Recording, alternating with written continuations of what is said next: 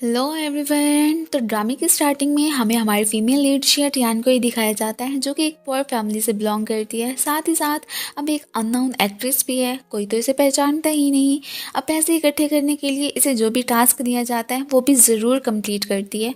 अभी भी एक पर्सन से मिलने के लिए ना एक बारी पहुंची होती है। अब जब वो इसे दिखाई नहीं देता तो यहाँ पे अपनी सेल्फी बनाने की ट्राई करने लगी थी। अचानक ही किसी से टकराने की वजह से गिरने ही लगती है कि तभी हमारा हीरो चेंग शुआन उसे पकड़ लेता है। पहले तो ये उसे इग्नोर करके जाने लगी थी, बट बाद में सोचती है कि कहीं ये वही तो पर्सन नहीं है जिसकी टाई को लेने का ही मुझे टास्क मिला है, इसलिए फ़ौरन से उसके पास आ जाती है। अब बातों ही बातों में इसे कन्फर्म हो जाता है कि एक्चुअली में ये वही पर्सन है जिसकी वो तलाश में आई है।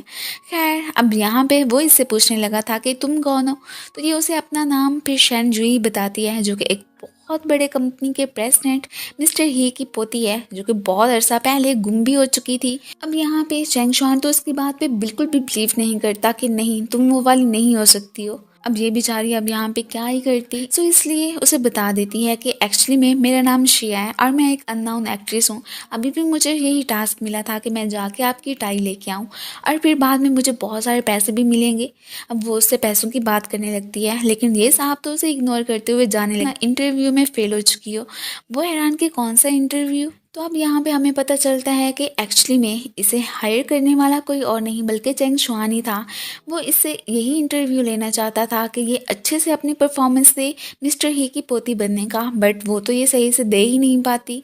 अब फिर खैर वो तो वहाँ से जा चुका था, ये बहुत ही अपसेट होती है। खैर, ये तो फिर अब अपने काम पे वापस ही आ गई थी। बेचारी को इस वक्त पैसों की बहुत ज़्यादा ज़रूरत होती है, बट क्या करती, इसकी ग्रैंडमा भी काफ़ी रहती है ना, तो इसलिए उनके एक्सपेंसेस वगैरह भी इसी के ही ज़िम्मे होते हैं।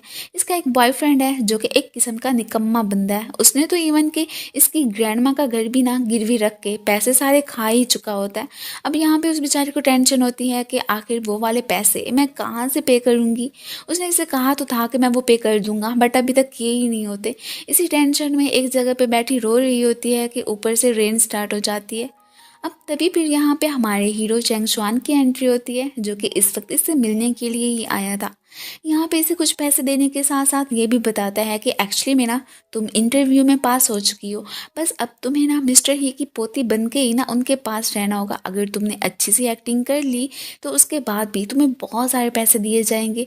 इस वक्त इसे इन सब की तो ज़रूरत होती है ना, इसलिए अब फिर फ़ौरन से मान जाती है उसके साथ जाने के लिए। सब देता हुआ अब वो तो वहाँ से चला गया था। नेक्स्ट सीन में हमें फिर अब ग्रैंडपा को ही दिखाया जाता है, जो कि इस वक्त बहुत ज़्यादा खुश थे।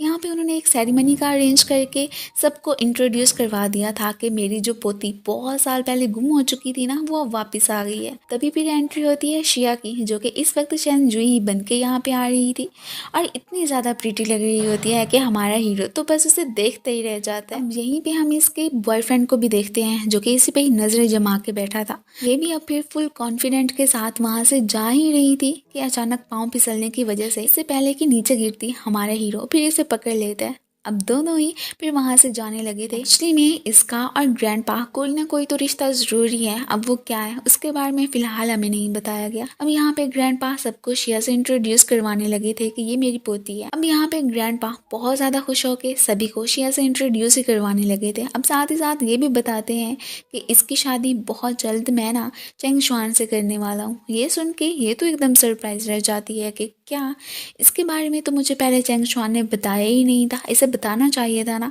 अब जाहिर सी बात है उसके लिए तो ये बात शॉकिंग ही होती है ना। वेल, अब वो वहां से जाने ही लगी थी और बाद में इस बारे में इससे पूछने भी लगती है और ये भी कहने लगी थी कि पहले तो तुमने मुझे इस बारे में बताना चाहिए था, मैं इस बात पे अग्री नहीं करूंगी। ये कहते हुए वहां से जाने ही लगती है कि तभी इसके बॉयफ्रेंड की एंट्री हो जाती है। अब यहाँ पे शिया को पता चलता है कि एक्चुअली में जिस पर्सन ने उसे चेंग शुआन से इंट्रोड्यूस करवाया था वो कोई और नहीं बल्कि यही था। साहब तो उसे यहाँ पे बहुत सारी धमकियां भी देने लगती हैं, इवन के ब्लैकमेल भी करने लगे थे कि अब तो तुम बहुत रिच बन चुकी हो ना, अगर तुमने मुझे बहुत सारे पैसे ना दिए तो फिर मैं सबको तुम्हारी असलियत का बता दूंगा। इवन के उसके पास इसकी कुछ फोटोज भी होती हैं और यही कहने लगा था कि ये तो मैं चेंग शुआन को बता दूंगा और वो तो फिर तुमसे शादी करेगा ही नहीं, सो इसलिए तुम तो रिच कभी भी नहीं हो पाओगी। यहाँ पे अभी उसे धमकियां दे ही रहा होता है कि इतने में ऊपर से फिर हमारा हीरो आ जाता है और वो इसे यही कहने लगा था कि देखो अगर इसकी फोटोज हैं भी सही ना ना, उससे मुझे कोई फ़र्क नहीं पड़ता। ये साहब कहते हैं कि ठीक है, तो फिर मुझे इतने सारे पैसे दे दो, तो मैं फिर चुप कर जाऊँगा। अब उसे इन दोनों के कॉन्ट्रैक्ट का तो पता ही था ना। अब यहाँ पे जैसे ही ये अपने गार्ड्स को बुला के उसे वहाँ से भेज देता है, तो तभी जाके इसे पता चलता है कि एक्चुअली में चेंग शुआन की नज़र ना ग्रैंडपा की प्रॉपर्टी पे है, इसलिए वो इसका यूज़ कर रहा है। अब यहाँ पे ये तो उसे साफ मना कर देती है कि देखो, तुम जो चाहते हो ना वो मैं बिल्कुल नहीं करूँगी, मैं किसी को ऐसे धोखा तो नहीं दे सकती ना, और किसी की फीलिंग्स को हर्ट करने का मैं तो कभी सोचूंगी भी ना। इसलिए उसे फिर इनकार करती हुई वहाँ से चली जाती है कि मैंने शैन शुई बिल्कुल भी नहीं बनना। अब उसके जाते ही इसने अपने असिस्टेंट को ऑर्डर दे दिया था कि इस पे ना तुमने नज़र ही रखनी है।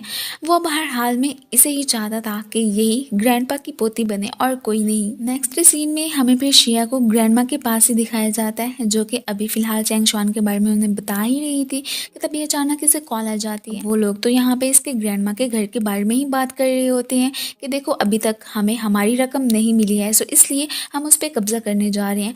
ये बेचारी भड़कती हुई फिर अपने बॉयफ्रेंड के पास पहुंचती है कि देखो तुमने क्या किया है, मैंने नहीं सोचा था कि तुम इतने घटिया शख्स निकलोगे। यहाँ पे उसकी काफ़ी ज़्यादा इंसल्ट कर देती है कि पहले तुमने मेरी ग्रैंडमा का घर खाया है, ऊपर से अब फिर बाद में मुझे ब्लैकमेल करने की भी कोशिश कर रहे थे। अब ये साहब तो गुस्से में आके उसे पकड़ लेते हैं कि ठीक है, पहले तो मैं ब्लैकमेल करने की कोशिश कर रहा था ना, अब तो तुम अपना किसी को भी मुंह दिखाने के काबिल ही नहीं रहोगे। अब इससे पहले कि ये उससे ज़बरदस्ती करने की कोशिश करता, तभी यहाँ पे किसी सिलसिले में बात करने के लिए ना चेंग शुआन ही पहुंचा होता है। वो तो अब इसे पकड़ के खूब सारी धुलाई लगा देता है और साथ ही साथ इसे वार्न करता हुआ वहाँ से जाने लगा था कि आइंदा के बाद ना शिया से दूर ही रहना, वरना फिर मुझसे बुरा कोई नहीं होगा। ये कहता हुआ उसे फिर उठा के वहाँ से चला जाता है। अब वो इसकी इतनी ज़्यादा केयर कर रहा था, तभी यहाँ पे फिर से रेन स्टार्ट हो जाती है।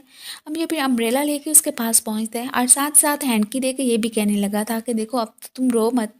अब वो इसकी काइंडनेस को देख के ना अब बहुत ही ज़्यादा इम्प्रेस हो गई थी और साथ साथ से ये भी कह देती है कि मुझे ना पैसों की बहुत ज़्यादा ज़रूरत है, इसलिए तुमने मुझे जो भी करने को कहा था ना, मैं वो करने को तैयार हूँ, बट उससे पहले मेरी कुछ कंडीशंस है। अब वो सब मानने के लिए ये दोनों एक रेस्टोरेंट में पहुँच आए थे।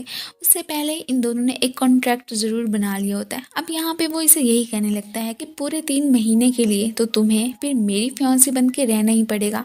जब मुझे उनकी प्रॉपर्टी मिल जाएगी तो उसके बाद फिर मैं तुम्हें छोड़ सकता हूँ। और हाँ, अगर तुम्हें इतने सारे पैसे चाहिए तो इसके लिए तुम्हें मेरे साथ कोऑपरेट तो करना ही पड़ेगा। वो भी यहाँ पे अपनी कुछ कंडीशंस वगैरह रखती है, जो कि ये फौरन से मान ही गया था कि देखो, अगर तुम्हें मैं जो भी कहता हूँ ना, तुम वही करती रही तो उसके बाद तो फिर जाहिर सी बात है मैं तुम्हें पैसे दे ही दूंगा। उस सब की तुम्हें फिक्र करने की कोई भी जरूरत नहीं है। सो दोनों के दरमियान डील हो ही चुकी थी। ये दोनों रेडी होके ग्रैंडपा के पास जा ही रहे थे कि तभी यहाँ पे अचानक चेंग शुआन की चाइल्डहुड स्वीट हार्ट युई रैन की एंट्री होती है। वेल, वो तो बस इसे पसंद करती है, ये उसे नहीं करता।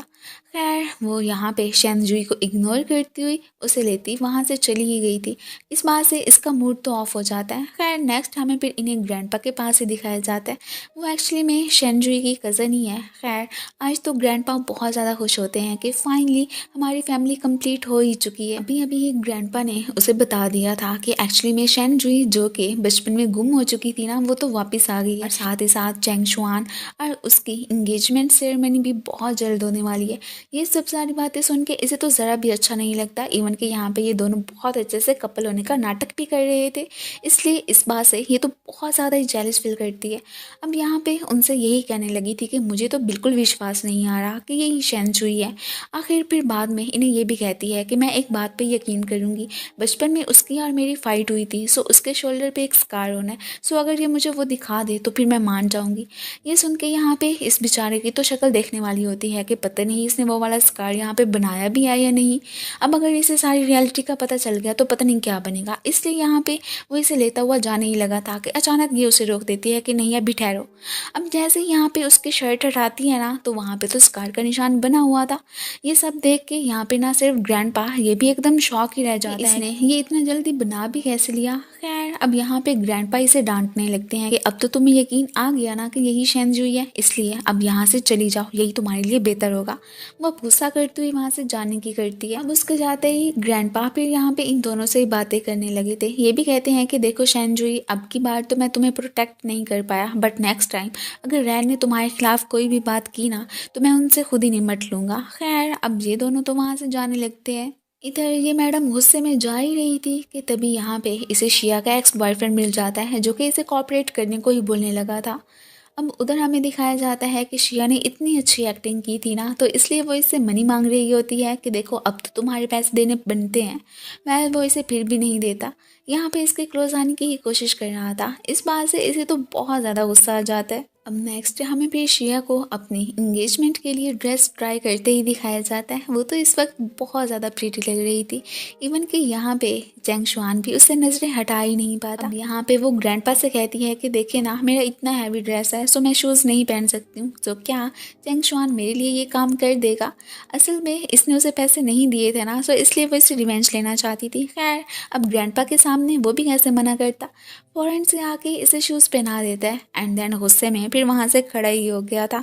अब उसका बदला तो पूरा हुआ ना। इस वक्त शिया ने जो भी ड्रेस पहना होता है वो एक्चुअली में ग्रैंडपा ने ही डिसाइड किया था। इसे यही बता रहे होते हैं कि तुम्हारी मॉम ने भी वेडिंग के दिन यही वाला ड्रेस पहना था और तुम भी बिल्कुल उन्हीं की तरह ही काफ़ी प्रीटी लग रही हो। बातों ही बातों में वो उनका जिक्र छेड़ के ये भी कहने लगते हैं कि जब तुम बहुत छोटी थी ना, तभी उनकी एक एक्सीडेंट में डेथ हो गई थी। ये सब याद करते करते यहाँ पे वो तो बहुत ज़्यादा इमोशनल भी हो जाते हैं। ये फिर उन्हें तसल्ली देने लगती है कि आपको ना अब उनके बारे में सोचने की कोई भी ज़रूरत नहीं है और ना ही मेरे बारे में, मैं आपका भी ख्याल रखूँगी। अब यहाँ पे ये सुन के अब ये साहब भी अपनी टांग बीच में अड़ा ही देते हैं। वो भी कहने लगे थे कि हाँ बिल्कुल, आपको इसकी चिंता करने की कोई भी ज़रूरत नहीं है। बाकी रही शादी की बात, तो उसकी सारी अरेंजमेंट्स वगैरह मैं करवा दूंगा। अब ये सुन के यहाँ पे ये साहिबा ना फिर ग्रैंडपा से कहने लगती है कि अभी शादी करने में जल्दी ही क्या है, तो क्या आप 3 महीने के बाद मेरी शादी कर सकते हैं। तो ग्रैंडपा भी कह देते हैं कि हाँ ठीक है, इसमें भी कोई बड़ी बात नहीं है, जैसे तुम लोगों की मर्ज़ी। साथ ही साथ इससे घर की भी बात करते हैं कि मैंने वो तुम्हारे लिए बाय किया। अब ये सुन के ना इस साहब को एक शरारत सोचती है। वो भी ग्रैंडपा से कह देता है कि अभी चलो ठीक है, हम 3 महीने के लिए शादी नहीं कर सकते हैं, लेकिन 3 महीने के लिए अब जैसे कि हम एक लवी डवी कपल हैं तो साथ में तो रह सकते हैं ना। ये सुन के शिया तो एकदम सरप्राइज रह जाती है। अब जब से इस मैडम को पता चला था कि ये तो शिया के साथ शिफ्ट होने वाला है, ये सुन के अब इसका गुस्से के मारे बुरा हाल। खैर अब यहाँ पे इसे भी पटाने की कोशिश करने लगती है। ये कहने लगी थी कि हमने तो बचपन एक साथ में गुजारा था, तब तो हम एक दूसरे को बहुत लाइक करते थे, तो अब क्या हुआ, क्या हम अब एक दूसरे के साथ नहीं रह सकते। ये तो खैर उसे कोई भाव ही नहीं देता। इवन को उसे वहाँ से जाने को बोलने लगा था, ऊपर से असिस्टेंट आ जाता है। इसका गुस्से के मारे बुरा हाल, और ये तो उसे वहाँ से भगा देती है, लेकिन उसके जाते ही ना पीछे से चेंग शुआन भी चला गया था। अब रात को शिया का इसके साथ रूम शेयर करना बिल्कुल भी अच्छा नहीं लग रहा था। वो इसे यही कहती है कि देखो मैं बेड पे सोऊंगी और तुम जाके सोफे पे सो। और साथ ही साथ इसके क्लोज आके ये भी कहने लगी थी कि देखो लड़कियों के साथ अच्छे से बिहेव करते हैं ना, तो क्या तुम मेरी बात मानोगे। वो यहाँ पे इसे यही कहता है कि देखो तुम्हारी एक्टिंग स्किल्स ना बहुत ही ज़्यादा ख़राब है, और फिर इसे इग्नोर करता हुआ ना सोफे पे ही आके बैठ जाता है। अब यहाँ पे ये उससे यही पूछने लगती है कहीं तुम्हें स्लीप वॉक करने की आदत तो नहीं है ना। ये उसका इतना सर कपा रही थी कि वो तभी यहाँ से पिलो उठा के ना इसे दे मारता है कि चुप करके लाइट्स ऑफ करके ना सो जाओ, मेरा सर खाने की इतनी ज़्यादा ज़रूरत नहीं है। इधर जू साहब ने फिर इस मैडम को घेरे में लिया होता है और यहाँ पे इसे सारी बात का बता देता है कि एक्चुअली में शिया ना शेनजुई है ही नहीं और ना ही वो उस ग्रैंडपा की पोती है। ये सुन के ये तो एकदम सरप्राइज रह जाती है। अब इसने डिसाइड कर लिया था कि अब तो मैं ना उसका ये सीक्रेट ग्रैंडपा को बता के ही रहूँगी। इधर नेक्स्ट डे शिया मैडम तो ये सपने सजाने में बिजी कि एक्चुअली में ना यहाँ पे चैंग चान उसे रोमांटिक तरीके से उठाने की कोशिश कर रहा है, बट ये तो जस्ट उसका ड्रीम ही था ना, वो तो स्टील सोफे पे सोया ही हुआ था। खैर ये तो अब उसके क्लोज आके उसे देखने लगती है। इस वक्त वो काफ़ी ज़्यादा हॉट एंड हैंडसम भी लग रहा होता है। जल्दी से अपना फ़ोन उठा के यहाँ पे इसके साथ सेल्फी बनाने ही लगी थी। अब तभी यहाँ पे अचानक ये अपनी आईज ओपन कर लेता है। ये देख के अब इसकी शक्ल देखने वाली, अभी इससे पहले कि दोनों के बीच कोई भी बात होती, ऊपर से अचानक इसे कॉल आ जाती है। ये कॉल किसी और की नहीं बल्कि यूई रैन की ही होती है। वो यहाँ पे इसे वार्न नहीं करने लगी थी कि देखो मुझे तुम्हारी ग्रैंडमा का सारा पता चल चुका है और तुम्हारी असलियत का भी। अगर तुमने अभी के अभी ग्रैंडपा को जाके ये सब ना बताया ना, तो उसके बाद फिर मैं तुम्हारी ग्रैंडमा का बुरा हाल कर दूंगी। ये सुन के ये बेचारी तो बहुत ज़्यादा अपसेट हो जाती है। अब इन दोनों की सारी बातें चैंग शुआन ने भी सुन ली थी। जाहिर सी बात है उसके लिए भी परेशान होना तो बनता ही था ना। अब नेक्स्ट सीन में हमें इसे फिर ग्रैंडपा के पास ही दिखाया जाता है। ये उनसे यहाँ पे अपोलोजाइज करने के लिए आ गई थी कि एक्चुअली मैं शेनजुई नहीं बल्कि शिया ही हूँ और मैं एक अननोन एक्ट्रेस भी हूँ। अब इतने में ऊपर से चैंग शुआन की एंट्री होती है। अब यहाँ पे हमें पता चलता है कि उसने ऑलरेडी ही ग्रैंडपा को कन्विंस कर लिया हुआ था। उसने उन्हें यही बताया था कि पहले इसका नाम शिया था और एक ग्रैंडमा ने ही इसे पाला था। अब उनके हॉस्पिटल बिल्स को पे करने के लिए ही ना इसने फिर अननोन एक्ट्रेस बनने वाला शोभा अपनाया था। अब ये सब सुन के यहाँ पे ग्रैंडपा को तो ना यूई रैन पे बहुत ज़्यादा गुस्सा आता है कि आखिर उसकी मेरी पोती को इतना परेशान करने की हिम्मत भी कैसे हुई। और इसी दौरान ही यहाँ पे उनकी तबीयत भी ख़राब हो जाती है। चेंग चुआन उन्हें लेके हॉस्पिटल ही जाने लगा था। पीछे से ये तो यहाँ पे जोर का थप्पड़ इसे दे मारती है कि तुम्हारी आखिर मुझ पे ऐसा इल्ज़ाम लगाने की हिम्मत भी कैसे हुई। जाहिर सी बात है इसका ऐसा करना तो बनता ही था ना। ऊपर से ग्रैंडमा को लेके इसने उसे वार्न किया था, इसलिए इस बात पे भी इसे बहुत ज़्यादा गुस्सा आ रहा होता है। अब नेक्स्ट सीन में हमें इसे बहुत परेशान होते दिखाया जाता है। चेंग चुआन उसके पास आके तसल्ली ही देने लगा था कि देखो अब तुम्हें ना इस मैटर को लेके बहुत ज़्यादा परेशान होने की कोई भी ज़रूरत नहीं है, मैंने सब कुछ सॉल्व कर लिया है। अब यहाँ पे ये उसे यही कहती है कि देखो अब मैटर्स ना बहुत ज़्यादा बढ़ते जा रहे हैं, सो इसलिए तुम्हें मेरी जो भी फीस वगैरह देनी है ना वो भी बढ़ानी पड़ेगी। ये सुन के यहाँ पे ये तो स्माइल करने लगता है कि ठीक है जैसा तुम कहो। अब इन्होंने ग्रैंडमा को ना एक प्राइवेट हॉस्पिटल में ही शिफ्ट करवा दिया था। वो तो बहुत ज़्यादा खुश होती हैं। यहाँ पे यही समझ रही होती हैं कि चेंग चुआन और ये दोनों एक दूसरे से रिलेशनशिप में ही हैं, बट ये ग्रैंडमा को मना कर देती है कि देखें ऐसी कोई भी बात नहीं है। और पता नहीं क्या कह के ना इसने उन्हें फिर मना ही लिया था। बाद में ये फिर चेंग चुआन को सी ऑफ करने के लिए भी जाती है, इवन के खुद भी उसके साथ घर ही आ गई थी। आगे से ही इस मैडम ने बहुत सारे गिफ्ट्स वगैरह बाय किए होते हैं। एक्चुअली में वो तो इसके सामने ना बस अच्छा बनने का नाटक ही कर रही थी। अब ये भी उसे इस तरह से इग्नोर करती है कि मेरे तो स्टमक में बहुत पेन हो रहा है। ये कहती हुई वो तो सोफे पे बैठ गई थी। पीछे से ये भी यहाँ पे उसे अवॉइड करता हुआ ना जल्दी से इसे देखने के लिए आता है।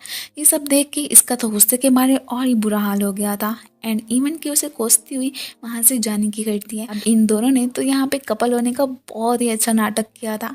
ये तो उसके क्लोज जाके यही कहता है कि देखो अब की बार तुमने कॉपरेशन बहुत अच्छे से की है, अगर तुम ऐसे ही करती रही तो ठीक है, जो तुमने मुझे कहा था ना मैं भी फिर तुम्हारी फीस को बढ़ा दूंगा। ये सुन के ये तो खुश हो जाती है। अब यहाँ पे एक दूसरे के क्लोज आते ही ना इन दोनों की ही हार्ट बीट्स तेज हो गई थी। अब इनके एक्सप्रेशन से तो साफ ही जाहिर हो रहा था कि दोनों को ही एक दूसरे से लव हो चुका है। जू की वजह से ही इसकी बहुत सारी इंसल्ट हुई थी ना, सो इसलिए ही उस पर बहुत सारा गुस्सा करती है। वो यहाँ पे इससे एक और चांस मांगता है कि देखो अब की बार ना मेरी प्लानिंग एकदम परफेक्ट है, मैंने ना शिया के साथ 1 नाइट स्पेंड करनी है और तब तुम ग्रैंडपा को बुला लेना। जब वो उसे मेरे साथ देखेंगे ना तब तो जाहिर सी बात है उन्होंने गुस्सा करना ही है। इस तरह ग्रैंडपा के सामने शिया की रेपुटेशन तो एकदम खराब होकर ही रह जाएगी। ये सुन के ये भी सेटिस्फाई करती है कि ठीक है अब की बार ये वाला प्लान अगर फेल हुआ ना तो फिर मुझसे बुरा कोई नहीं होगा और तभी फिर मैं तुम्हें पैसे भी दूंगी। दूसरी तरफ हमें घर पे शिया को ही बैठे दिखाया जाता है। वो तो यहाँ पे चेंग चुआन के ख्यालों में ही काफ़ी ज़्यादा खोई होती है, इवन कि इसे तो उससे बहुत लव हो चुका है। खैर अभी थोड़ी देर के बाद ही इसे यहाँ पे जू का मैसेज मिलता है कि मैंने ना तुमसे ग्रैंडमा के घर को लेके ना कोई बात करनी है, तो जल्दी से मिलने के लिए आ जाओ। अब उधर हमें उसे एक रूम में बैठे हुए दिखाया जाता है। यहाँ पे वो उसके वाटर में ना कोई मेडिसिन वगैरह ही मिला रहा था। अब देन उसकी एंट्री हो जाती है। तो आते ही डायरेक्टली इससे अपनी ग्रैंडमा के घर के बारे में ही बात करने लगी थी। अब ये उसकी बातों को इग्नोर करके ना उससे अपने और इसके रिलेशनशिप के बारे में ही बात करने लग जाता है। अब इस बात पे इसे बहुत ज़्यादा गुस्सा आ जाता है। खैर उसे काम डाउन करने के लिए ये उसे वही वाला वाटर देने की कोशिश करने लगा था जो कि वो लेने से मना कर देती है। ये सब देख के इसे तो उस पर गुस्सा आ जाता है। इससे पहले कि उसे ज़बरदस्ती करने की कोशिश करता वो इसकी आइज़ पे स्प्रे कर देती है। अब इसी दौरान ही ये तो उसकी टांगों को ही चिपक जाता है कि अब ये तो मैं बिल्कुल नहीं छोड़ने वाला हूँ। तभी अचानक यहाँ पे फिर चेंग चुआन की एंट्री होती है। वो तो इस पर बहुत ज़्यादा गुस्सा करने लगा था। तभी फिर हमें फ्लैशबैक में दिखाया जाता है कि वो उस होटल में एक मीटिंग के सिलसिले में ही आया था। तभी जैसे ही उसे पता चला कि शेनजुई ना एक पर्सन से मिलने के लिए रूम में गई है तो वो फ़ौरन से इसे देखने के लिए आ गया। जाहिर सी बात है वो इसे परेशानी में देख ही नहीं सकता था ना। इसे अपने लिए इतना ज़्यादा फिक्रमंद देखे ना ये तो बहुत ही रिलीफ फील करती है कि इसे मेरी इतनी परवाह तो है ना। वहाँ पे खुद को काम डाउन करने के लिए ये वही वाला पानी का ग्लास उठा के पीता है जिसमें कि उसने मेडिसिन मिलाई थी। अब उसे पीते ही इसकी कंडीशन तो बहुत ज़्यादा ख़राब हो जाती है। ये तो इस वक्त तो हॉट ही फील कर रहा था। इसे समझ नहीं आ रही होती कि आखिर मैं क्या करूं। अब इसे इस हालत में देख के ये बेचारी परेशान कि आखिर तुम्हें क्या हुआ है। खैर ये तो उसे पकड़ के यहाँ पे फोर्सफुली किसी करने लगा था। ये सब देख के शिया तो कन्फ्यूज़ हो जाती है। वो इसे काम डाउन रहने को ही बोलने लगी थी और ये भी कहती है कि देखो हमारे कॉन्ट्रैक्ट में मैंने ये भी तो कंडीशन रखी थी ना कि हमारे बीच कोई भी फिजिकल कॉन्टैक्ट इफेक्ट नहीं होगा।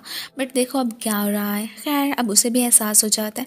खैर यहाँ पे इसने तो उसके लिप्स पे बाइट भी कर लिया था। अब फ़ौरन से ये तो पीछे हो जाता है और उससे अपोलोजाइज़ करने लगा था। खैर इतनी देर में ना इसकी कंडीशन काफ़ी बेटर भी हो चुकी होती है। अब इनके रूम के बाहर ही हमें पे यूई रैन को भी दिखाया जाता है, जिसका इरादा यहाँ पे ग्रैंडपा को बुलाने के ही थे। अभी भी वो इसके आने का वेट कर रही होती है। अब तभी यहाँ पे ग्रैंडपा की भी एंट्री हो जाती है। अब यहाँ पे वो ग्रैंडपा को यही बताने लगती है कि देखिए ना, मैंने अभी अभी शेन जुई को एक आदमी के साथ इस रूम में जाते हुए देखा है। अब जैसे ये डोर ओपन करते हैं ना, तो सामने से चेंग शुआन और शेन जुई ही खड़े थे। ये देख के अब इसका फेस तो एकदम लटक ही जाता है। मेरा प्लान फिर से नाकाम हो गया है। ग्रैंडपा तो बहुत खुश दिखाई दे रहे होते हैं कि अच्छी बात है कि इनके बीच भी कुछ हुआ और मुझे बहुत जल्दी अपना ग्रेट ग्रैंडसन भी मिल जाएगा। इनकी खुशी का तो कोई ठिकाना ही नहीं होता। नेक्स्ट सीन में हमें इन दोनों को घर में बैठे दिखाया जाता है। चेंग शुआन इससे ऑफिस ज्वाइन करने की बात करने लगा था कि ग्रैंडपा ने कहा है तुमने मेरे साथ ही वर्क करने के लिए आना है, और ये भी कि तुम ना आज से मेरी असिस्टेंट ही बन के रहोगी। ये सुन के ये तो बिल्कुल नहीं मानती। ये भी जानती थी कि एक्चुअली में ना ऑफिस में यूई रैन भी काम करती है। सो ये कह देती है कि जिस सीट पे वो वर्क करती है ना, वही वाली मैं भी संभालूंगी। वैसे भी मुझे तुम्हारी असिस्टेंट बन के रहने का ना कोई भी शौक नहीं है। वैसे भी मैं अब शेन जुई हूँ, सो इसलिए अपने हक के लिए तो उससे फाइट करके ही रहूंगी। ये भी खैर चुप ही कर जाता है। यहाँ पे ये भी कहने लगती है कि देखो फाइनल कॉल जिसकी भी हुई ना, मैंने उसकी बात ही माननी है। मुझे पता है कि सारे फैसले लेने वाली तुम नहीं हो। सब सुन के अब यहाँ पे चेंग शुआन का तो फेस लटक ही गया था। शिया ने कंपनी ज्वाइन कर ही ली थी। अब यहाँ पे चेंग शुआन के साथ ही वो ऑफिस आई होती है। अब ये मैडम उन दोनों को देख के सरप्राइज, इससे पहले कि इनसे कोई भी बात करती, चेंग शुआन तो इसे लेता ऑफिस से पहुंच आया था। अब इसे वही वाली सीट मिली थी जिसपे के यूई रैन वर्क करती है। खैर इन दोनों के बीच कोई बात चल ही रही होती है कि ऊपर से ये मैडम उनका एक प्रोजेक्ट लेके ही पहुंच आई होती है। खैर यहाँ पे इसे देने की बजाय वो तो चेंग शुआन को ही देने लगी थी। साथ ही साथ इसे क्रिटिसाइज भी करती है कि तुम्हें तो कोई काम करना आता ही नहीं है, तो तुम्हारा यहाँ आने का क्या फ़ायदा। अभी भी तुमने अभी अभी ज्वाइन किया है ना, सो इसलिए तुम काम पे फोकस ना ही करो तो बेहतर होगा। खैर इसे भी गुस्सा आ जाता है। ये जल्दी से चेंग शुआन के हाथ से ये वाली फाइल ले लेती है। साथ ही साथ प्रोजेक्ट के प्रपोजल को भी रीड आउट करने लगी थी। खैर ये देख के अब ये मैडम इससे पहले कि उसे कुछ और बात करती, चेंग शुआन ने उसे वहां से जाने को ही बोल दिया था।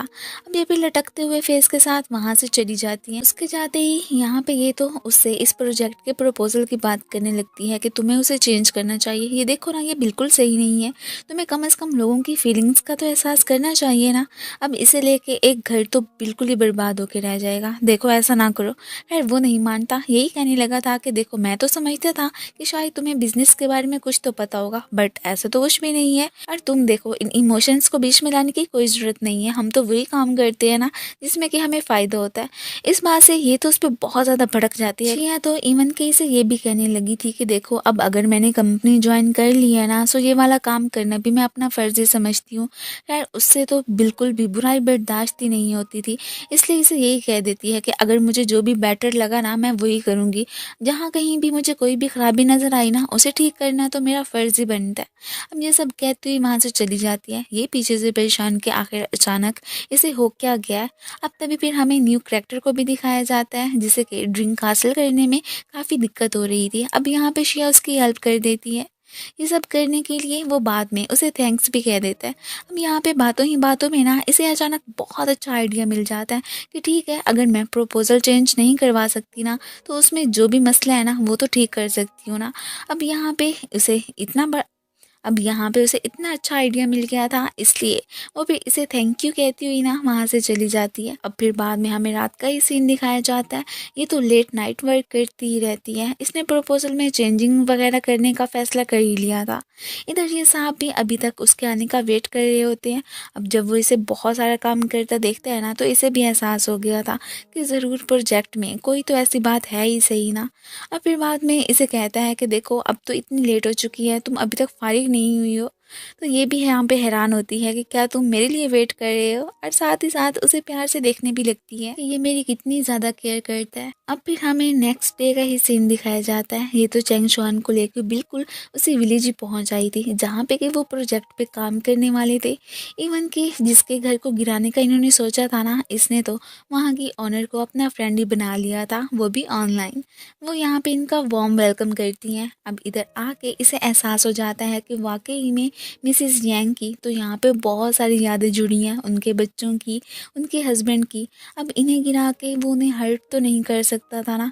अब यहाँ पे इसके पास कोई ना कोई तो सोल्यूशन था। खैर शिया का तो यही इरादा था कि ये यहाँ पे आके ना उनकी फीलिंग्स को ही देखे, उनके इमोशंस को चेक करे, इसे भी कुछ तो एहसास होना। खैर जो कि उसे हो ही चुका था। अब यहाँ पे फ़िलहाल के लिए इनको तो बिल्कुल नहीं बताते कि आखिर उनके प्लान्स क्या हैं। खैर आज की रात तो इन लोगों ने यहीं पे ही स्टे करने का सोच लिया था। पहले तो ये यहाँ पे मिसेस यांग के रूम में ही सोई होती है।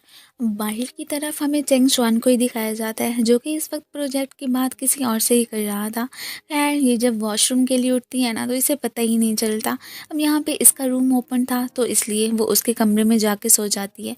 अब जैसे ये वापस आके उसे देखता है ना, तो एकदम सरप्राइज रह जाता है। अब इसे तो समझ ही नहीं आ रही होती कि क्या मुझे इसे उठाना चाहिए या नहीं। खैर अब क्या ही कर सकता था, इसलिए फिर बिना कोई आहट किए इसके पास ही सो जाता है। एंड देन फिर चुपके से और फिर बड़े प्यार से उसे देखने भी लगा था। जब काफ़ी ज़्यादा गर्मी लगती है ना, तो यहाँ पे उसे फिर हवा भी देने लगा था। अब इसे तो पता ही नहीं चलता, ये तो अपने होश आवाज़ में कहाँ होती है, नींद में ही उसके क्लोज जाके उसे किस कर लेती है। ये सब देख के यहाँ पे चेंग शुआन तो बहुत ज़्यादा हॉट फील करने लगा था। यूँ मानो कि उसे इससे लव ही हो चुका हो। खैर फीलिंग्स कब कन्फेस करेगा उस बारे में तो फ़िलहाल हमें भी नहीं पता।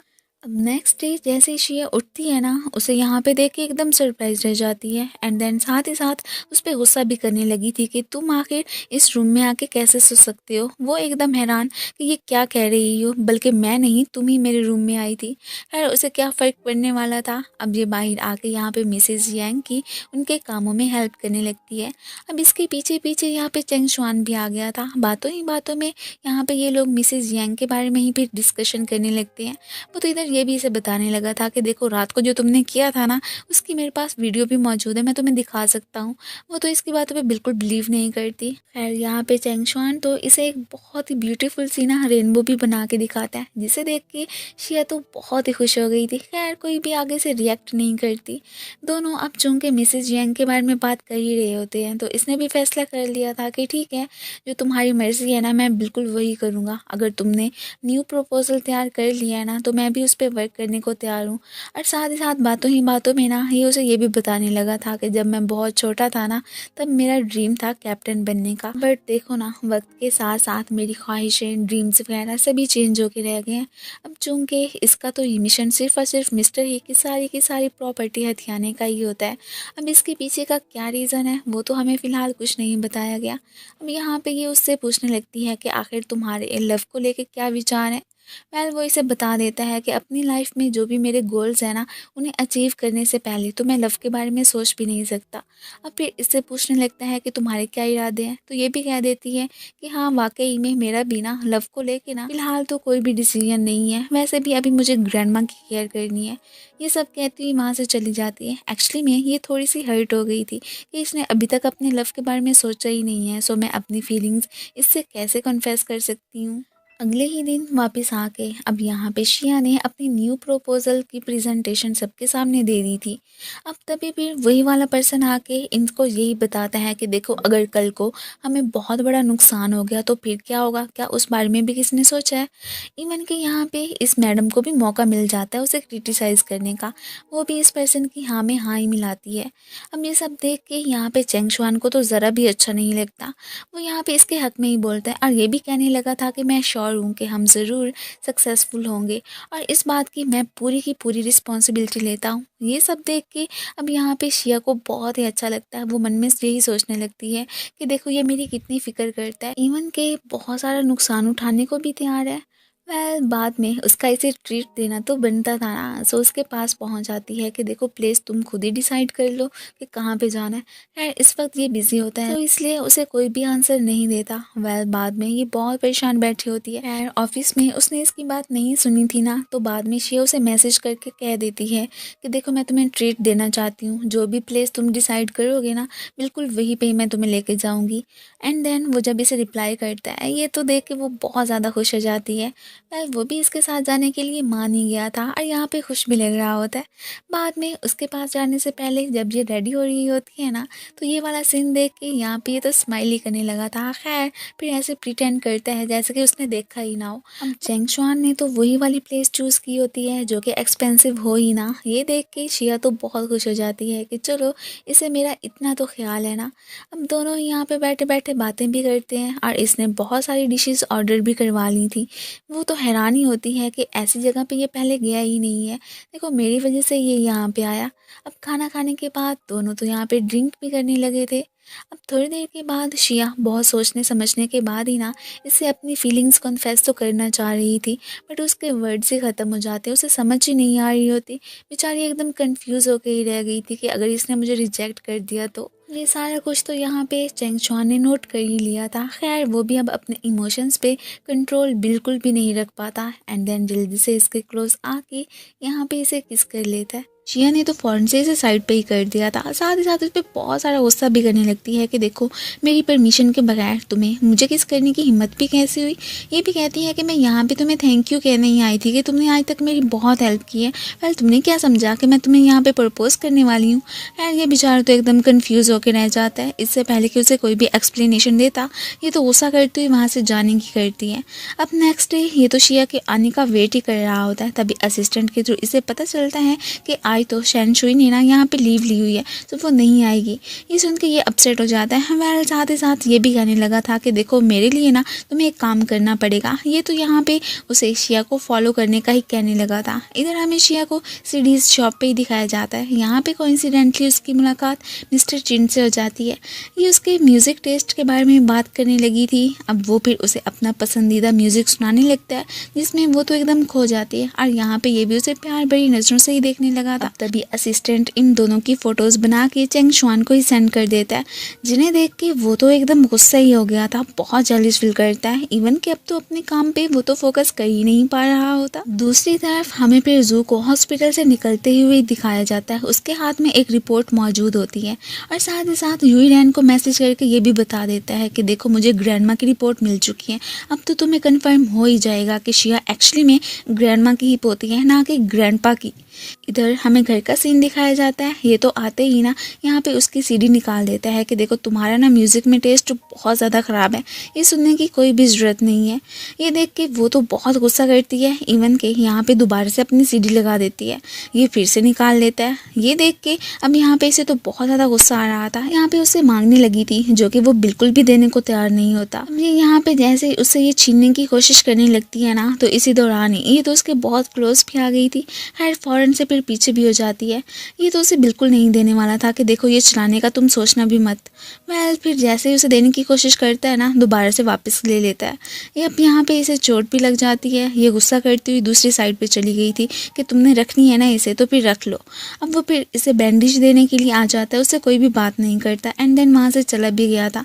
ये सारा सीन देख के शिया एकदम सरप्राइज रह जाती है कि इसे अचानक हो क्या जाता है। कभी देखो मेरी केयर कर रहा होता है और कभी देखो ऐसे अनजान बन जाता है। यहाँ पे थोड़ी देर के बाद जैसे ही बाहर आके देखती है तो चेंग शुआन था ही नहीं। ये हैरान कि वो किधर गया। अब स्टेयर से जैसे ही नीचे आके देखने लगती है तो उसके पास यहाँ पे यूई रैनी खड़ी थी जो कि उसे मेडिकल रिपोर्ट्स दे के यही बता रही होती है कि जो शेन जुई है ना एक्चुअली में वो शिया है और तुम्हें चीट करने की कोशिश कर रही है। उसे तो खैर पता ही नहीं होता कि ये ऑलरेडी तो जानते हैं और इसी ने ही तो शिया को हायर किया है। अब उसके जाते ही ये जैसे ही अब अपने रूम में जाने लगा था तो अचानक यहाँ पे शिया को देख के एकदम सरप्राइज रह जाता है। शिया तो यही सोच रही थी कि शायद ये ना यूई रैन को ही पसंद करता है, इसलिए कह देती है कि देखो मुझे लगता है कि मेरा यहाँ पे रहना ठीक नहीं है, सो मुझे यहाँ से चले जाना चाहिए। यहाँ पे उसे रोक देता है कि देखो कैसी बातें कर रही हो, अगर मेरी वजह से तुम्हें बहुत ज़्यादा हर्ट हुआ है ना तो उसके लिए मैं अपोलोजाइज करता हूँ। एक तो मुझे तुमसे यूँ पूछे बिना किस नहीं करनी चाहिए थी, ऊपर से मैंने तुम्हारी सीडी भी ले ली थी ना, उसके लिए भी मैं सॉरी बोलता हूँ। वैसे एक बात तो है कि तुम्हारा ना म्यूज़िक में टेस्ट बहुत ही ज़्यादा बुरा है। ये सुन के अब यहाँ पे ये तो स्माइल करने लगती है। खैर खैर उसने इसे माफ़ कर ही दिया था। नेक्स्ट सीन में हमें फिर ग्रैंडपा को ही दिखाया जाता है जिनकी कि आज बर्थडे थी। ये तो स्पेशल अपने हाथों से ये एक सूप बना के लाती है जो कि ग्रैंडपा को बहुत ज़्यादा पसंद आता है।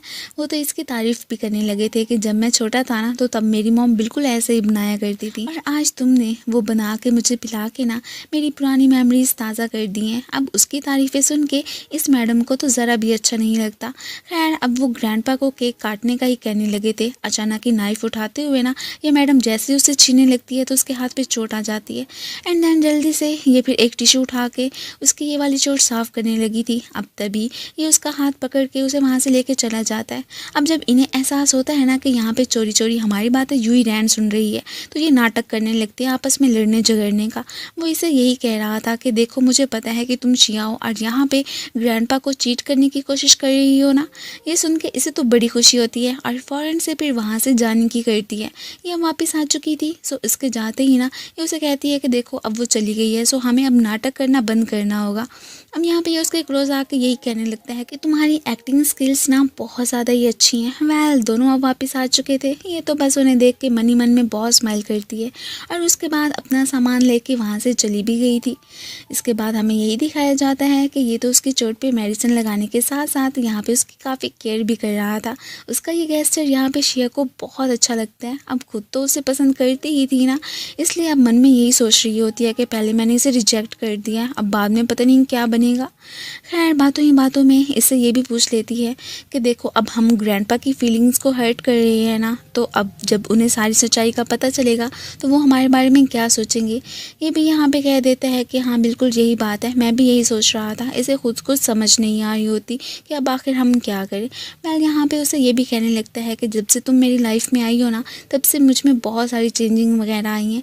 खैर उन बातों को अब इग्नोर करके ये तो उसे अपने साथ कल डिनर पे चलने को ही बोलने लगी थी कि क्या तुम मेरे साथ आओगे ना, तो वो यहाँ पे यस कह देता है कि क्यों नहीं, मैं तो ज़रूर आऊँगा। अब नेक्स्ट हमें फिर मीटिंग का ही सीन दिखाया जाता है। ये मैडम तो सारे शेयर होल्डर्स को यही बताने लगी थी कि आज तो मैं शैन जुई की असलियत आप सबके सामने ला के रहूँगी। ग्रैंडपा को भी यही कहने लगती है कि मैं आपको बताती हूँ कि एक्चुअली में ना ये तो आपकी पोती है ही नहीं। अब सबके सामने इसकी और ग्रैंडपा के डीएनए टेस्ट की रिपोर्ट्स वगैरह ही रीड आउट करने लगी थी। जब अचानक उसे पता चलता है कि इनका डीएनए टेस्ट तो मैच कर रहा है, ये देख के उसकी शक्ल देखने वाली यहाँ पे ग्रैंडपा तो बहुत ज़्यादा खुश हो जाते हैं। सबको यही बताने लगे थे कि देखो अब तो सबको पता चल गया ना कि एक्चुअली में शैन जुई मेरी ही पोती है। ये मैडम तो अपना समूह लेके वहाँ से चलती बनती हैं। इसके बाद ग्रैंडपा ने अपने न्यू प्रोजेक्ट की रिस्पॉन्सिबिलिटी यहाँ पे चिन को ही दे दी थी। ये सब देख के अब इसको तो ज़रा भी अच्छा नहीं लगता, वो तो गुस्से में ही चिन को देखने लगा था। अब ये थोड़ी सी कंफ्यूज होती है कि आखिर हमारी रिपोर्ट्स चेंज कैसे हो गई, इस बारे में इससे बात करने लगती है। फिलहाल तो ये उसे कोई भी जवाब नहीं देता।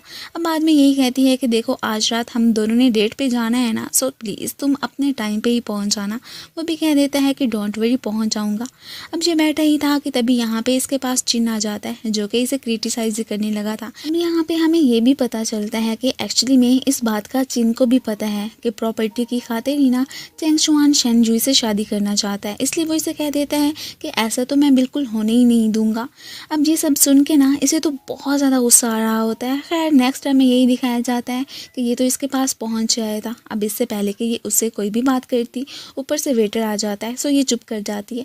अब उसके जाते ही दोबारा से जो बात शुरू करने लगती है तो वो फिर से आ जाता है। इस बात से ये बहुत ज़्यादा इरिटेट होती है। अब जैसे ही वहाँ से जाता है ना तो फिर से अपनी बात कंटिन्यू करने ही वाली होती है कि अचानक इसे यूई रैन की कॉल आ जाती है। यहाँ पे शिया इस बात से भी तंग आके ना उसे रोक देती है कि देखो ये कॉल उठाने की भी ना कोई ज़रूरत नहीं है। वो भी कह देता है कि ठीक है तुमने जो कहना है ना तो तुम मुझसे कह सकती हो। अब अचानक फिर से ऊपर से कॉल आ जाती है। वो फिर उसे उठाने की इजाज़त दे देती है कि हो सकता है कि कोई इमरजेंसी होगी। अब जैसे ही कॉल पे बात करता है तो अब हमें पता चलता है कि यूई रैन एक्चुअली में एक बार में ना बहुत ज़्यादा ड्रंक हो चुकी है, सो वो इसे ही बुला रही थी। ये अब इसे एक्सक्यूज़ करता हुआ चलता बनता है कि देखो तुम मेरा यहाँ पे वेट करना, मैं थोड़ी देर में ही आता हूँ। ये तो यहाँ पे चेंग शुआन के लिए गिफ्ट भी लाई थी। अब उसके उसके आने का वेट करने लगती है कि पता नहीं वो कब आएगा। अब दूसरी तरफ हमें दिखाया जाता है कि ये तो यूई रैन को ढूंढता हुआ एक बार में पहुंच आया था। वो जब इसे देखती है ना तो एकदम सरप्राइज रह जाती है और ये भी कहने लगी थी कि मुझे पता था कि तुम मेरी केयर करते हो और इसलिए मुझे यहाँ पे देखने के लिए ज़रूर आओगे। इसकी बातों से ना ये तो बहुत ज़्यादा इरिटेट होकर रह गया था। इससे पहले कि वहाँ से जाने की करता, ये तो फिर पीछे से उसे बुला के कहती है कि देखो अब तुम अगर यहाँ से एक कदम भी बढ़े ना तो मैंने खुद के साथ कुछ कर लेना है। मजबूरी में उसे फिर यहाँ पे रुकना ही पड़ जाता है। अब तभी जू जो कि अपनी एक और गर्लफ्रेंड के साथ यहाँ पे आया था, उसकी नज़र इन दोनों पे पड़ जाती है। हैरान कि ये आखिर यहाँ पे क्या कर रहे हैं। वह फिलहाल तो ये आपे से बाहर ही हो रही होती है। सो इसके लिए उसने होटल में एक रूम बुक करवा लिया था। सो उसे वहाँ पे छोड़ के ये तो वहाँ से चलता बनता है। फिर तभी जैसे ये उसे देखने के लिए बाहर निकलती है ना तो सामने से जोई खड़ा था। अब उसे ये चेंग शुआन समझ के ना यहाँ पे हक कर लेती है। उसे तो मौका चाहिए था किसी भी लड़की के साथ टाइम स्पेंड करने का। सो इसलिए इन दोनों के बीच ना वन नाइट स्टैंड हो जाता है। इधर शिया तो घर ही पहुँच आई थी। उसे बहुत दुख हो रहा था कि वो तो टाइम पे पहुँचा ही नहीं। उसे जस्ट यूई रैन की ही फिक्र है।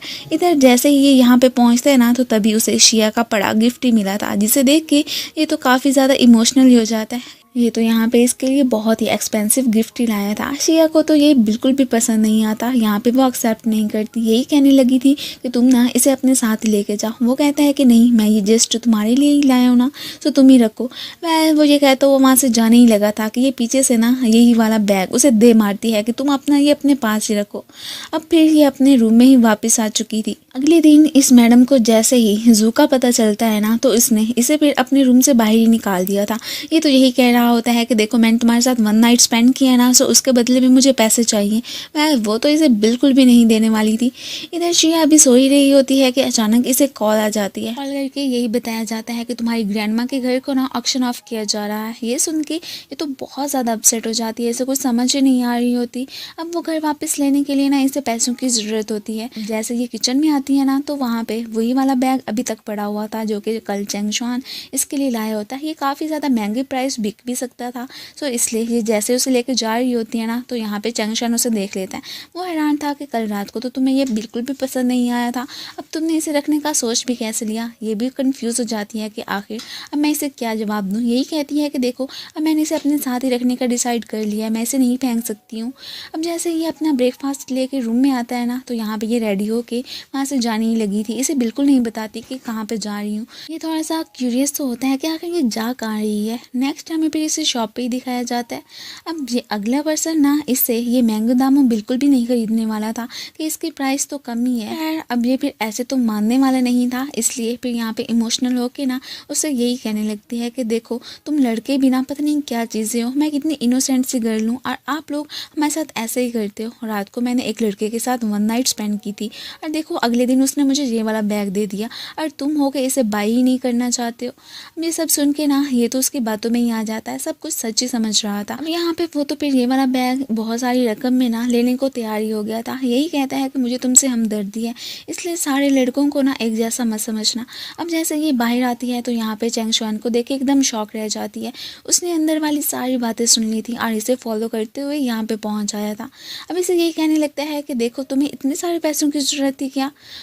उसके क्लोज आने की कोशिश करने ही लगता है कि ये फ़ौरन से पीछे कर देती है कि मैंने तुमसे बहुत ज़्यादा हेट करती हूँ और ये नहीं चाहती कि हमारे बीच कोई भी किस हो।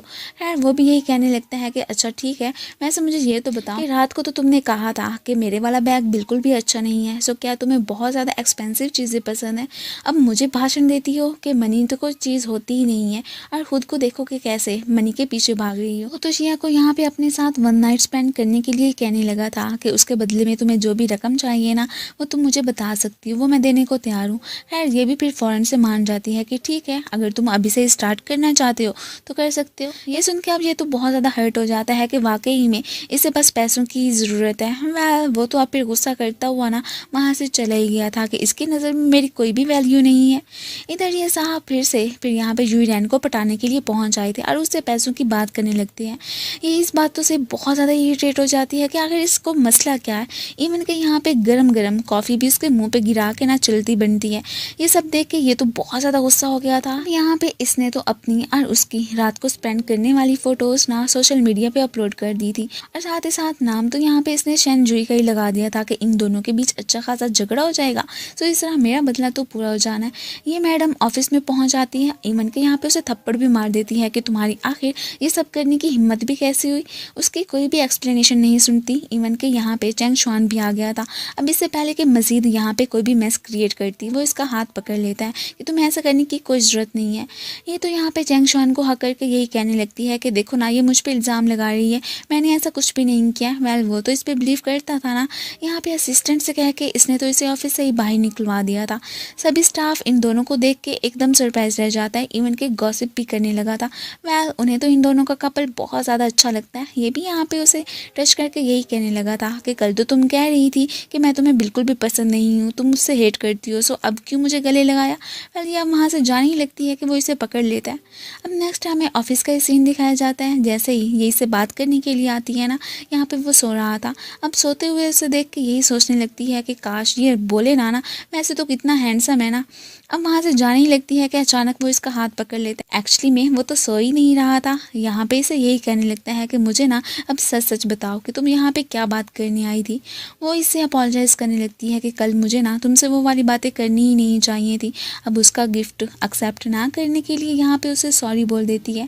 खैर, इससे पहले कि ये उसके और क्लोज आता, यहाँ पे ये तो उठ के जाने लगती है। अब वो इसके पीछे पीछे, और यहाँ पे इन दोनों का थोड़ा सा रोमांटिक सा सीन ही दिखाया जाता है। नेक्स्ट सीन में ये फिर उसे अपनी फेवरेट प्लेस पे ही लेके आ गया था और बातों ही बातों में इसे अपने बारे में बताने लगता है कि मैं तो ऑर्फन था, फिर मुझे मिस्टर ही ने अडॉप्ट किया। अब इसे पता चल जाता है कि एक्चुअली में ये ना मिस्टर ही का अडॉप्टिव सन ही है।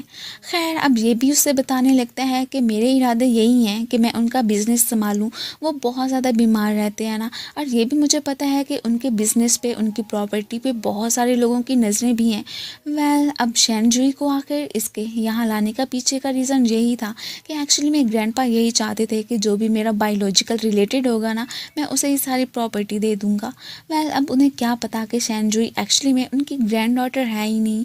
वो तो यही समझ रहे हैं ना कि ये उनसे ब्लड रिलेटेड ही है। अब वो अपनी प्रॉपर्टी इसे इसी वजह से ही तो नहीं दे रहे थे ना, सो इसलिए अब इसने फिर विलन बनने का ही डिसाइड कर लिया था।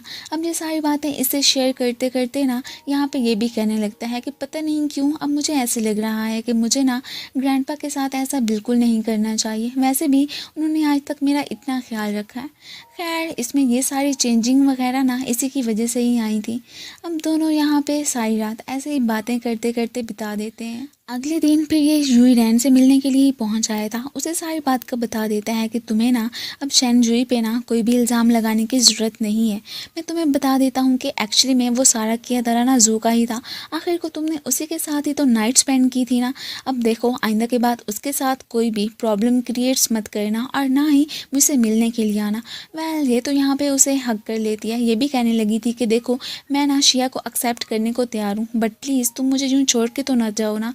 लेकिन ये उसकी कोई भी बात नहीं मानने वाला था। यहाँ पे वो तो काफ़ी ज़्यादा अपसेट हो जाती है। दूसरी तरफ हमें फिर ऑफिस का ही सीन दिखाया जाता है। यहाँ पे इसकी मुलाकात चिन से हो गई थी।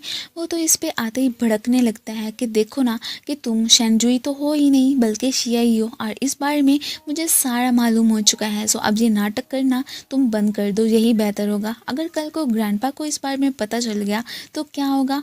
और वैसे भी ना तुम्हारी वजह से अब कंपनी में बहुत सारा लॉस हो रहा है। तुम यहाँ पे कोई भी काम तो करती नहीं हो, इसलिए तुम्हारा यहाँ से चले जाना ही बेहतर होगा। इवन के यहाँ से उसे जाने को ही कह रहा होता है। ये सारी बातें सुन के ये तो बहुत ज़्यादा अपसेट हो गई थी। खैर, अब यहाँ से ऐसे ही दुखी दुखी से जा रही होती है ना, तो अचानक ही इसे हॉस्पिटल से कॉल आ जाती है, जो कि आगे से इसे यही बताया जा रहा था कि तुम्हारी ग्रैंडमा की डेथ हो गई है। ये सुन के ये बेचारी तो सदमे में यहीं पर ही गिर जाती है। इसे नीचे पड़े देख के चेंग शुआन भागता हुआ इसके पास आता है। यही पूछने लगा था कि आखिर तुम्हें हुआ क्या। ये उसे बता देती है कि मेरी ग्रैंडमा की डेथ हो चुकी है। ये सुन के उसे भी बहुत अफसोस होता है। वेल, साथ ही साथ इसे तसल्ली भी देने लगा था कि तुम ना टेंशन मत लेना, मैं हूँ ना तुम्हारे साथ। अब ग्रैंडमा की फ्यूनरल तो हो चुकी थी। यहाँ पे ये उनकी आस्थियाँ फेंकने के लिए समुंदर में ही पहुँच आई होती है। ये भी उसके साथ ही था। अब इतनी चुप चुप सी होती है कि उससे कोई भी बात नहीं कर रही होती। वो तो यही चाहता था कि ये कोई बात करे। अब यहाँ पे शिया तो इतनी ज़्यादा डिप्रेस्ड थी ना कि सुसाइड करने की कोशिश करने लगती है कि वो इसे पकड़ लेता है। यही कहने लगा था कि देखो तुम्हें ना यूँ ज़्यादा चिंता करने की कोई ज़रूरत नहीं है, लेकिन ये अब क्या ही कहती। इसे तो ग्रैंडमा के जाने का दुख बर्दाश्त ही नहीं हो रहा था, बस एक वही तो इसकी फैमिली थी ना। यहाँ पे ये भी अफसोस करने लगती है कि देखो ना मैंने अपने काम की खातिर ही ग्रैंडमा को समझो भुला ही दिया था। अब खैर पछतावे के अलावा तो इसके पास कुछ रह ही नहीं गया था। उसे यही कहने लगती है कि मैंने तो उन्हें ये भी नहीं बताया था कि आखिर मैं क्या काम कर रही हूँ, उन्हें तो बस एक प्रोजेक्ट का कह के ना मैं तुम्हारे साथ ही पहुँच आई थी। वेल ये तो अब उसे यही कहने लगा था कि जो होना था वो तो हो गया, अब इन सारी बातों का क्या फ़ायदा। खैर इसने तो अब फाइनली डिसाइड कर ही लिया था कि मैंने ना तुम्हारे साथ कोलैबोरेशन बिल्कुल करनी ही नहीं है। अब हम दोनों को ना अपना कॉन्ट्रैक्ट ख़त्म करना चाहिए। बाकी रही ग्रैंडपा की बात तो उन्हें जाके मैं सारी सच्चाई का बता दूंगी। मज़ीद मैं झूठ के बलबूते पे ना अपनी लाइफ नहीं गुजार सकती हूँ, बहुत हो गया वो सब कुछ। वेल अब इसने जो भी डिसीजन लिया था ना यहाँ पे ये तो उसे सपोर्ट ही करता है। यही कहने लगता है कि तुमने जो भी फैसला किया है ना बस मैं उसी पे ही खुश हूँ। एंड नेक्स्ट सीन में हमें यही दिखाया जाता है कि जैसे ग्रैंडपा से मिलने के लिए आती है ना तो यहाँ पे उन्होंने इसके लिए बहुत सारे गिफ्ट्स वगैरह बाय किए हुए थे। उन्हें पता था कि एक्चुअली में इसकी ग्रैंडमा की डेथ हो चुकी है, इसलिए वो इसके साथ अफसोस भी करने लगते हैं। यही कहने लगे थे कि देखो उन्होंने तुम्हें बहुत ही अच्छा पाला था। वेल अगर अब वो ज़िंदा होती ना तो मैं उनके पास जाके उन्हें थैंक यू कहता कि इतनी अच्छी तुम्हारी परवरिश करने के लिए उनका शुक्रिया। लेकिन अब क्या ही कहा जा सकता है, मुझे भी कितनी लेट हो चुकी है ना। अब इनकी ये सारी बातें सुन के इसे तो और ही ज़्यादा दुख हो जाता है कि देखो ना इन्हें मेरी कितनी ज़्यादा चिंता है, इवन कि मेरी ग्रैंडमा की भी, और मैंने देखो इनके साथ क्या किया। अब उसे ज़्यादा बर्दाश्त नहीं होता, वो यहाँ पे इनसे अपोलोजाइज़ कर लेती है, सारा सच का बता देती है कि देखें मैं ना शेनजुई हुई ही नहीं बल्कि शिया हूँ और वो मेरी असल में ग्रैंडमा ही थी। ये सब कहते हुए वहाँ से चली जाती है। ये भी कहने लगी थी कि मुझे ना माफ़ कर दीजिएगा। अब उनके जाते ही ये उसके पीछे उसे देखने के लिए जाता है। अब नेक्स्ट टाइम में दिखाया जाता है कि ये तो वही अपनी फेवरेट प्लेस पे ही पहुँच आई होती है। अब यहाँ पे चिन भी बैठा था, आके इसने इसे सारी बात का बता दिया था, ये भी कि मैंने ना ग्रैंडपा को जाके सारी सच्चाई का बता दी है।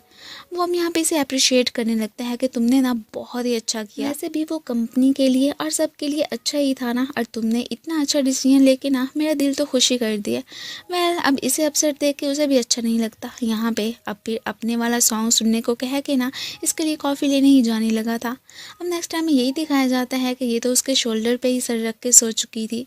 वेल अब जैसे ये देखते हैं ना कि ये उठने की कोशिश कर रही है और यहाँ पे ये तो फ़ौरन से अपनी आइज़ क्लोज़ कर देता है। अब उसे बाद में सोते देख के ना ये फिर चुपके से वहाँ से चली जाती है। यहाँ पे हमें इतना तो फील हो चुका था कि एक्चुअली में चिन ना इसे पसंद करने लगा है। बाहर जैसे ही आती है तो सामने से चैंग शुआन को देख के एकदम शॉक, वो इसका वेट ही कर रहा था और यहाँ पे यही पूछने लगता है कि मैं तुम्हें कब से कॉल्स मिला रहा हूँ बट तुमने मेरी पिक ही नहीं की है। वो यहाँ पे उसके लिए से अपोलोजाइज़ करती है। यही कहने लगी थी कि एक्चुअली में मेरी बैटरी बिल्कुल ख़त्म होकर रह गई थी, इसलिए मैंने तुम्हारी कॉल्स देखी ही नहीं। अब वो तो इसका हाथ पकड़ के अपने साथ ही चलने को बोलने लगा था। वो कहती है कि कहाँ से मेरा घर, ग्रैंडपा को तो मैंने सारी सच्चाई का बता दिया, अब हम आखिर कहाँ जाएंगे। वो तो यहाँ पे इसे टेंशन बिल्कुल भी ना लेने को ही कहने लगा था। एंड देन नेक्स्ट टाइम में यही दिखाया जाता है कि ये उसे लेता हुआ मिसिस जैंग के पास ही पहुँच आया था। वो तो इनका वार्म वेलकम करती हैं एंड देन अपनी जगह पर ड्राइंग बनाने का कह के खुद तो इनके लिए खाना बनाने ही चली गई थी। पीछे से इसे तो पेंटिंग वगैरह करना बिल्कुल नहीं आता था, वो तो इसे सिखाने लगता है। अब यहाँ पे आके इसका मूड तो काफ़ी ज़्यादा अच्छा हो गया था। जैसे ही चैंग शुआन यहाँ पे इसकी ग्रैंडमा की पेंटिंग बनाता है ना, अपनी ग्रैंडमा की पेंटिंग देख के ये बेचारी तो बहुत ज़्यादा इमोशनल हो जाती है, इवन के उसे हक भी कर लेती है। वो इसे तसल्ली देने लगा था कि देखो अब जाने वालों के साथ हम जा तो नहीं सकते और ना ही हम उन्हें रोक सकते हैं, लेकिन इतना ज़रूर कर सकते हैं कि उन्हें अपनी अच्छी मेमोरीज़ में ही याद करें। सो तुम भी ऐसे ही करो, ऐसे समझो कि जैसे ग्रैंडमा तुम्हारे आसपास ही हैं। वेल यहाँ पे इसे खुश करने का वो तो कोई भी मौका अपने हाथ से जाने ही नहीं देता। इसे भी बहुत सारी तसल्ली हो जाती है कि चलो कम से कम चैंग शुआन तो मेरे साथ है ना। ये अब उसका हाथ पकड़ के एक बहुत ही ब्यूटीफुल सी प्लेस पे ही लेके आ गया था। यहाँ पे कि ये सारे अरेंजमेंट्स वगैरह इसी के ही होते हैं।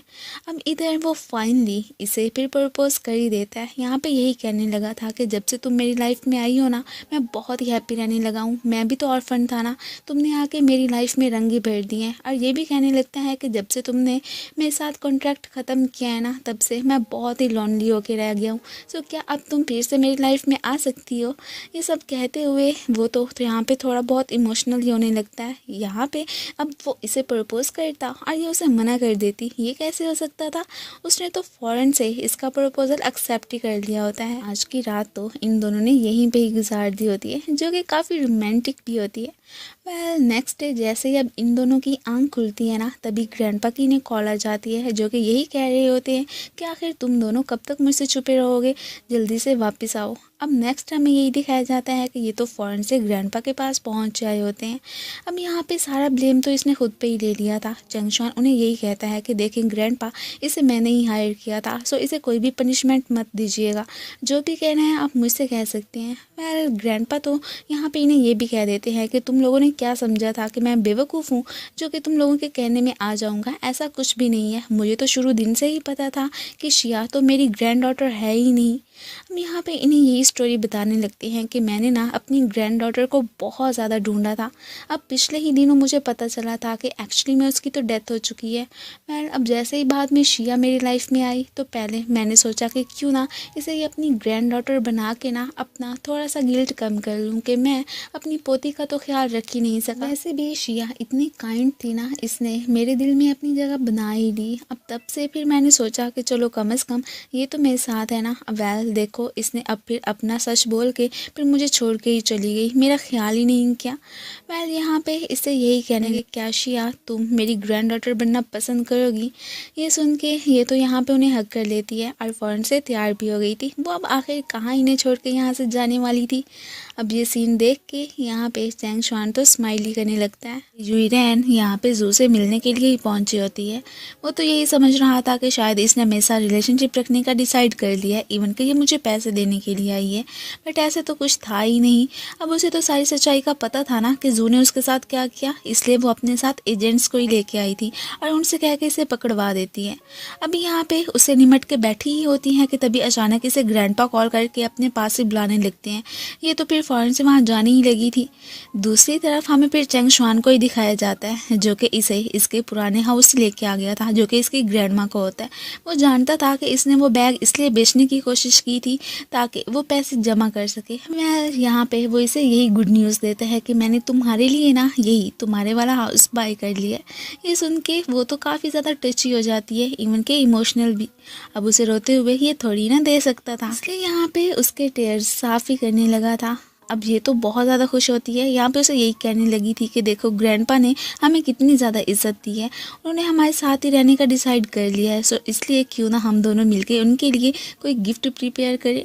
वेल अब नेक्स्ट हमें यही दिखाया जाता है कि दोनों मिलके उनके लिए कुछ बना ही रहे होते हैं और साथ ही साथ मस्तियाँ करने में भी काफ़ी ज़्यादा बिजी होते हैं। दूसरी तरफ हमें दिखाया जाता है कि ये मैडम खुश खुश ग्रैंडपा के पास पहुंचती है, यही समझ रही थी कि शायद उन्होंने मुझे ही अपनी सारी प्रॉपर्टी देने का डिसाइड कर लिया है।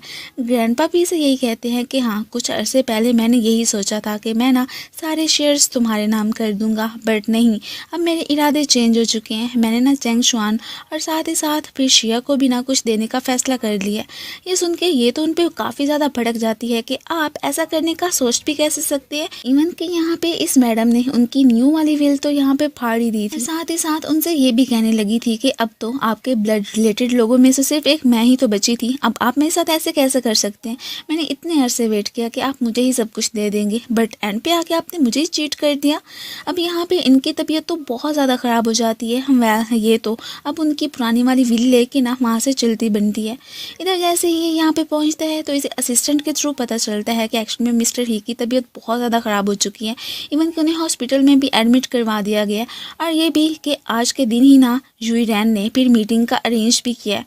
अब ये सभी लोग वहाँ पे पहुँच जाते हैं। इवन कि इस मैडम को तो कोई फ़र्क ही नहीं पड़ता था कि ग्रैंडपा के साथ आखिर हो क्या रहा है। शुक्र है कि वो ज़िंदा तो थे ना, लेकिन अभी फ़िलहाल के लिए हॉस्पिटल में ही एडमिट होते हैं और ये उसी बात का ही फ़ायदा उठा के यहाँ पे यही अनाउंसमेंट करती है आज से ये सारी कंपनी मैं ही संभालूँ। संभालूंगी। इन सब लोगों को उसने विल दिखा दी थी जो कि ग्रैंडपा की पुरानी वाली ही होती है। अब उन्हें क्या ही पता होता। वेल यहाँ पे शिया को तो बहुत बुरा लगता है। वो इसे डांटने भी लगी थी कि देखो तुम्हें ऐसा नहीं करना चाहिए, कम से कम ग्रैंडपा को ठीक तो होने दो। वेल अब जो भी है ना, ये तो उनकी कोई भी नहीं सुनने वाली होती। यही कहने लगती है कि मुझे तो लगता है कि ग्रैंडपा की तबीयत ना तुम्हारी वजह से ही खराब हुई है। इस पे तो इस बातों का कोई भी असर नहीं होता। अब वो क्या ही कहते, इसलिए चुप ही रह जाते हैं।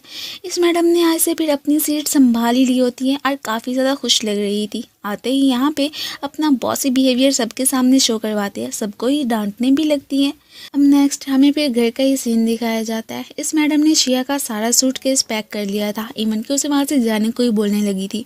वो कहती है कि देखो अभी फ़िलहाल के लिए इस मामले को ना तुम रहने ही दो, पहले ग्रैंडपा ठीक हो जाए, हमें उनके थ्रू सारी बात का पता चल जाए कि एक्चुअली में वो चाहते क्या हैं। अब फिर बाद में उनका जो भी ऑर्डर हुआ ना मैं वही मानूंगी, तुम्हारा कहना तो मैं बिल्कुल भी नहीं मानने वाली हूँ।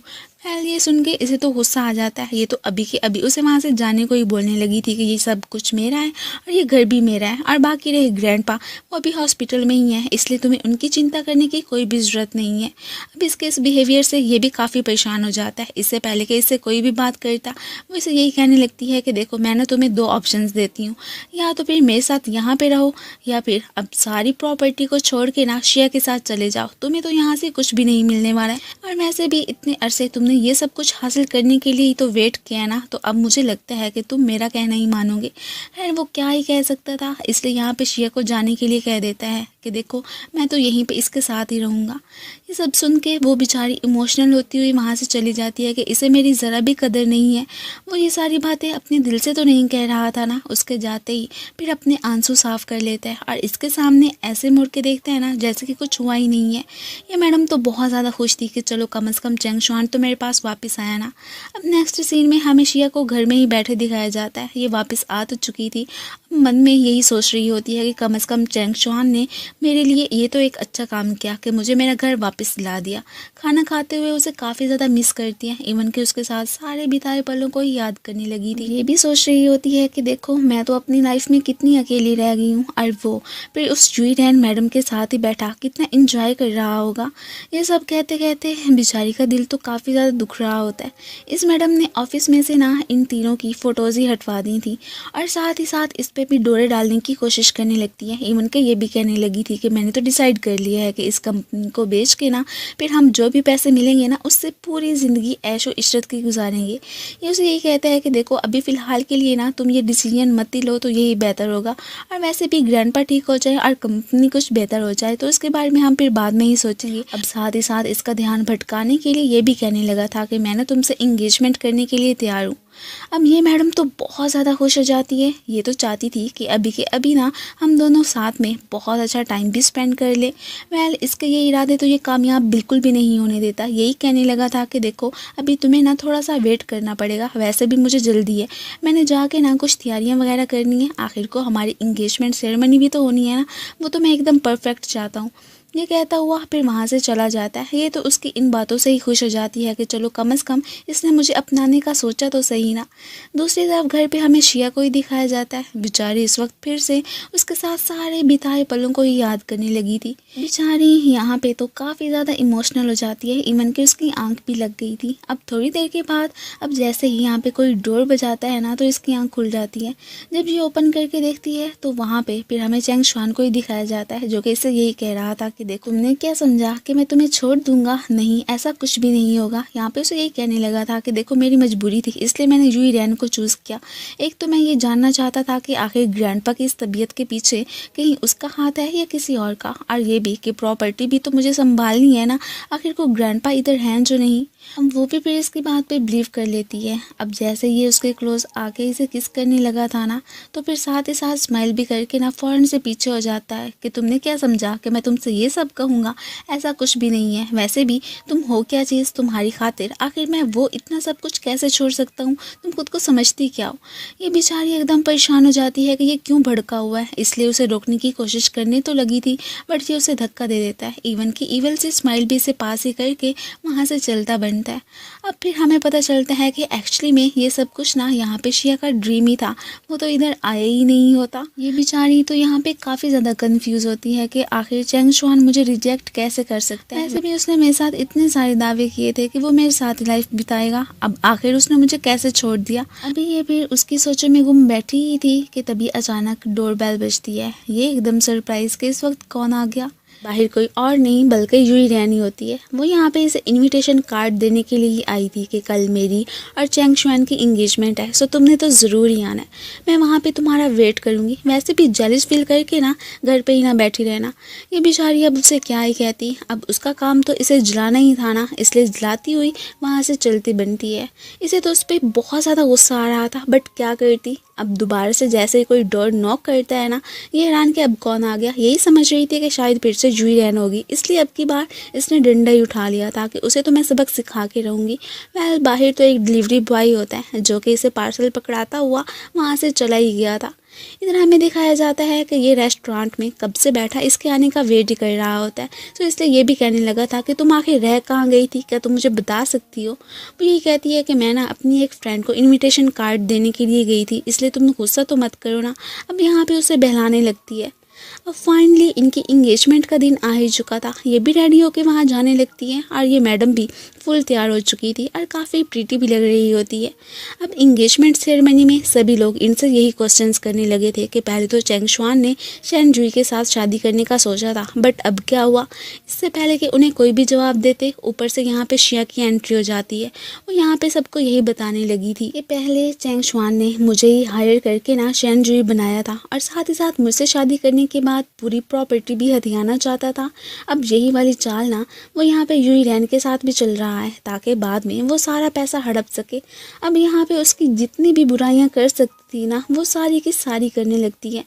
ये सब कुछ देख के सभी तो एकदम सरप्राइज रह जाते हैं। वेल यहाँ पे वो इसके क्लोज आके यही कहने लगा था कि देखो तुम्हें ये सब कहने की कोई ज़रूरत नहीं है। वो तो उल्टा इसे थप्पड़ मार देती है कि अब आके मुझसे ये सब कहने की क्या ज़रूरत है, तुमने मेरे साथ कौन सा अच्छा किया है। ये तो अब भी शर्मिंदा होता हुआ वहाँ से चलता बनता है। अब नेक्स्ट हमें फिर इस मैडम को ही दिखाया जाता है जिसे कि बहुत ज़्यादा ही गुस्सा आ रहा था, और वो भी शिया पे कि उसने मेरा इंपॉर्टेंट दिन तो बिल्कुल ही ख़राब करके रख दिया। ये उसे यही कहता है कि अच्छा तो तुम अपनी इसी फ्रेंड को यहाँ पे इनवाइट करने के लिए गई थी, अब देखो बुक तो क्या हो गया।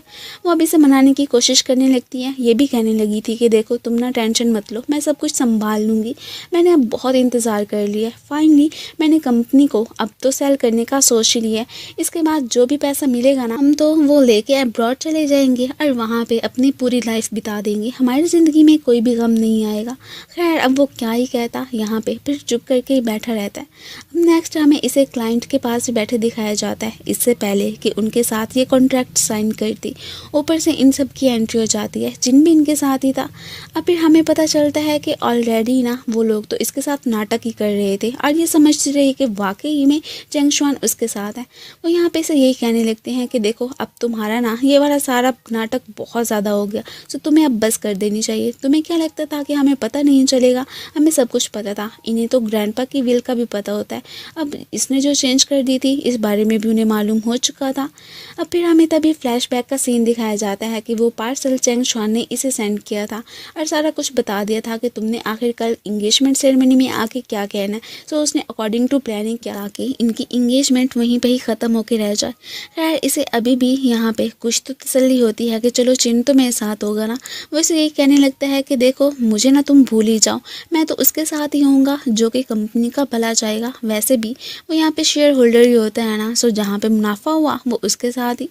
अब यहाँ पे ये साहब तो इसे जाने के लिए कहने लगे थे, तुमने क्या सोचा था हमें कुछ भी पता नहीं चलेगा। वैसे भी कंपनी के ज़्यादा सारे शेयर्स यहाँ पे शिया के नाम ही हैं, सो इसलिए तुम ये नाटक करना बंद कर दो। अब ये क्लाइंट साहब तो वहाँ से चलते बनते हैं कि ये क्या मजाक था।